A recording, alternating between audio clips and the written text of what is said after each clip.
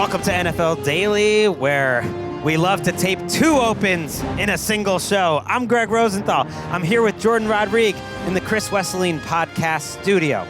If you're listening to the podcast, you don't even know that we already taped a complete podcast that did not include the news that Maxx Crosby is still a member of the Las Vegas Raiders.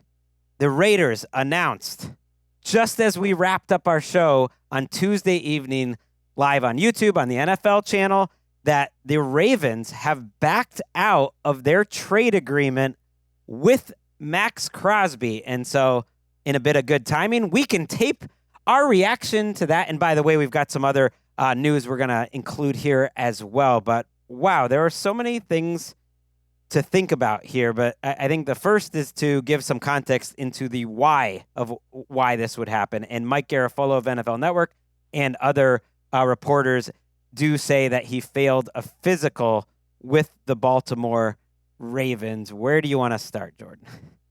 Wow.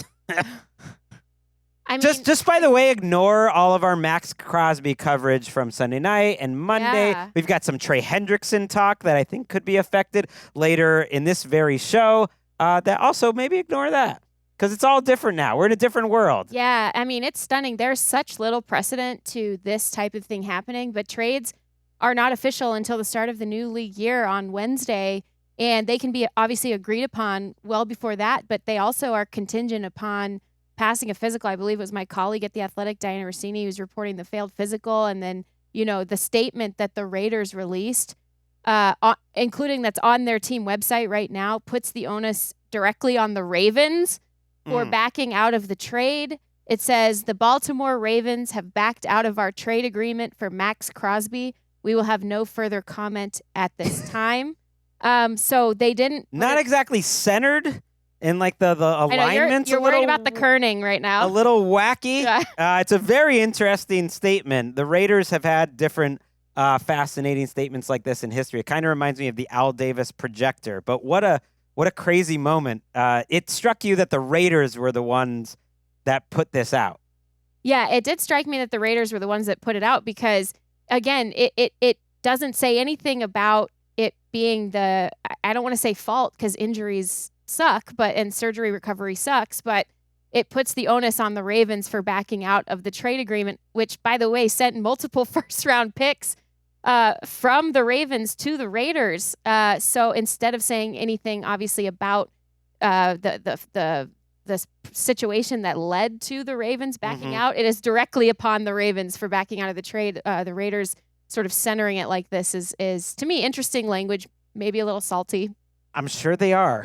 Let's put a pin in that and what it means for the picks, what it means for Crosby, what it means for the Raiders in terms of where they go next and where the Ravens go next, and at least just kind of close the loop on why this would have happened. I immediately thought of Ian Rappaport on this show at NFL Daily in Indianapolis just a couple of weeks ago when I asked him about Crosby, and I'm going to quote from a transcript from our own podcast where he said, he thinks it's going to be a while for Crosby because guys rarely get traded when they're coming back from a multi-month injuries.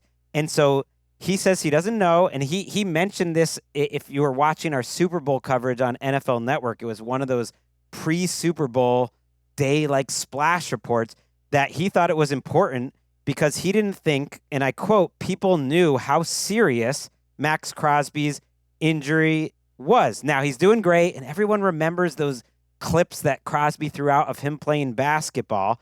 But I do go back to thinking about Ian's reporting and that if you're going to pay him and you're going to give up all of these picks, that it would be complicated and difficult to trade him for a multi-month injury in the way that Ian reported it. We didn't get exactly what are the ligaments, all of that. But the Ravens got to take a look.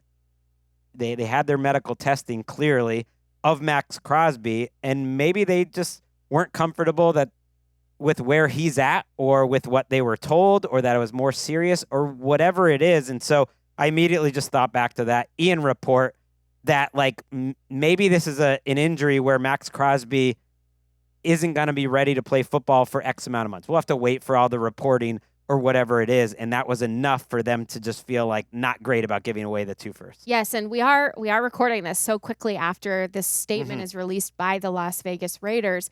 We don't have the Ravens side yet. I'm sure that will be out. That's why you're a real reporter. But both sides. That's good. Well, I mean, You're right. You don't see it fall squarely on your shoulders via another NFL team like that without now you think I need to come up with a statement of my own, as the team, and it's sort of explaining this and why it happened, even though that we do have the reporting of the failed physical. So that's fascinating to me. This is obviously a very much a developing situation, but Gregg, I do want to talk about the ramifications here, because obviously the picks are significant. To have those picks and then to lose those picks if you're the Raiders is significant. The other thing that happens here, and there's a long way to go between what's happening right now and the overall how this plays out and the results of this situation. But if they were to actually have been able to execute this trade, the Raiders have a ton of cap space anyway. That's not necessarily a worry for them. However, they would have had $30.6 million in cap savings with just $5 million in dead money with a pre-June 1st trade, which is what this was. If it's a cut instead of a trade, if we think maybe he's just not going to be on this roster, if it ends up having to be a cut, they then have to accrue $35 million in dead money. I don't think there's any chance he'll get cut in the end. The question to me is like basically how much less of an offer do they get compared to the offers that they were getting? Probably significantly, especially if it's out there like this that he might not be ready to play. Well, every medical staff is a little different, and it'll be interesting. Let's say the Cowboys, who were reported to be offering a first, a second, and a player, are they going to get back in there? They still haven't gotten their edge rusher in free agency. The Bills were reportedly interested, but they were at the back end of the first round, and so that was different. Do they become back, in play? We have to find out, obviously, but I tend to think he's still going to get traded, if I had to guess, and he's still gonna, accrue some draft picks. Now, the timing of it is really interesting, depending on the severity of the injuries. And maybe other teams are going to want to say, hey, let's get a look. We don't even need to agree, but, let's just... A visit, yeah. Let's just fly Maxx Crosby in here if we're allowed to do that and agree, quietly and check it out. And then maybe it can happen and it's at a lesser price. I'm glad you brought up the cap space.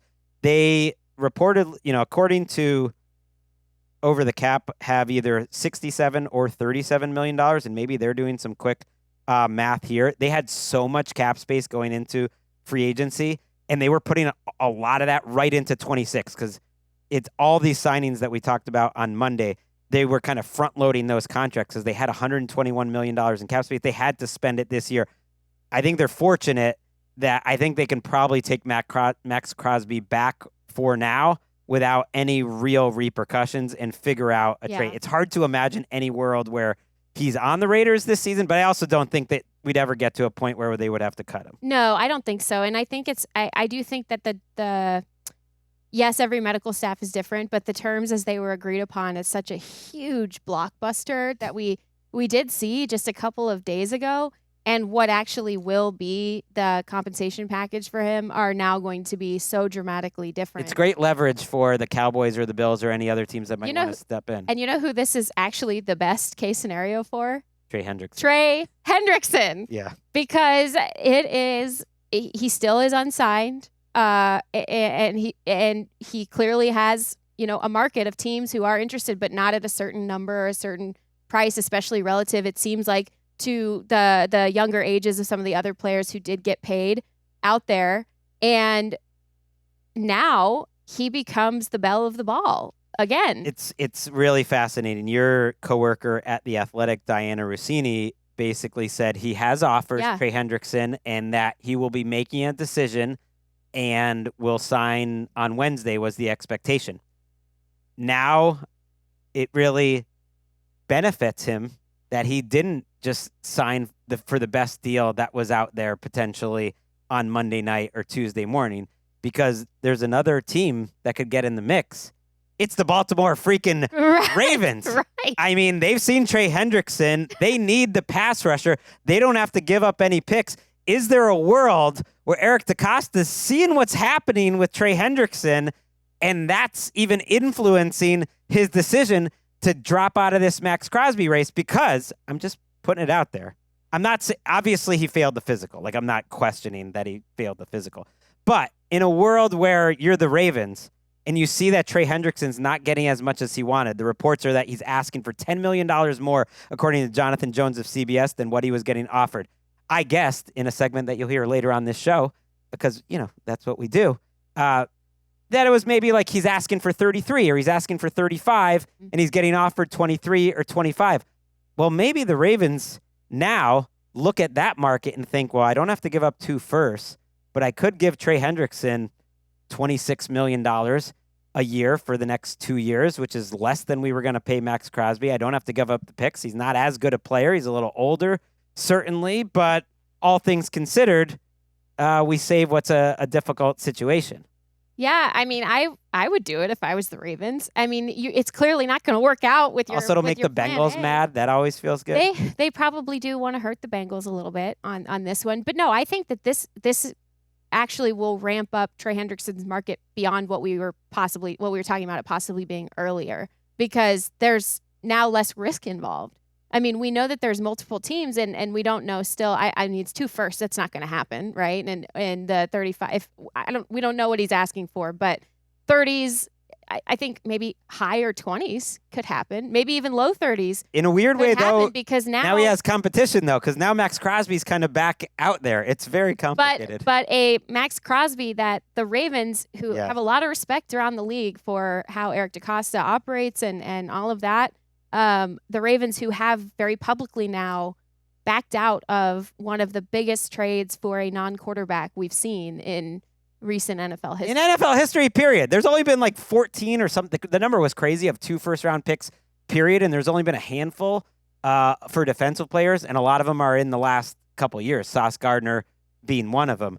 But, man, tough day for John Spytek and for Raiders fans, because I think the Raiders fans will be 2 picks, these 2 future. I think Raiders fans will be fine in the end, because I think they'll end up getting, if I had to guess, a pretty good package for Maxx Crosby, and just not going to be as good. But it's just like, you did something really great at work. Think about you solved something. You had one of the best days in recent Raiders history on Monday, and you're just like, okay, everything's gravy now. And then suddenly it's like, wait, we have to deal with all this again? Life comes at you fast. Actually, we talked earlier this week, our friend Jane Slater was reporting the Cowboys weren't willing to go as high as 2 firsts, but we're definitely in the mix on this. And I think the Cowboys are now the favorite in the clubhouse to watch something like this. They have been, I think, a little bit more flexible with how they've handled certain medical situations. Oh yeah, they'll just do it sight unseen. Oh, it'll be fine. Jerry will examine. And they got who turned them down today? They need some branding. They need good branding. The Nakobe Dean. Yeah, Nakobe Dean turned him down on Monday.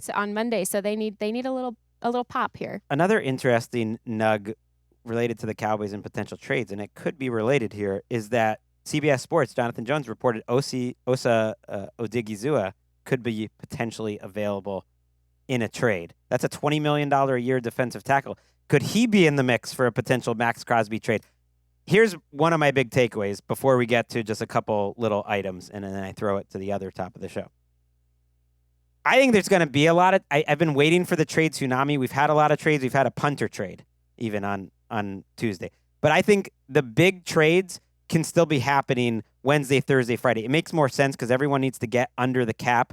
And then at that point, after Wednesday, once the new league year technically starts, it kind of opens up the possibility for more veteran trades. So I think this is only going to make it more likely.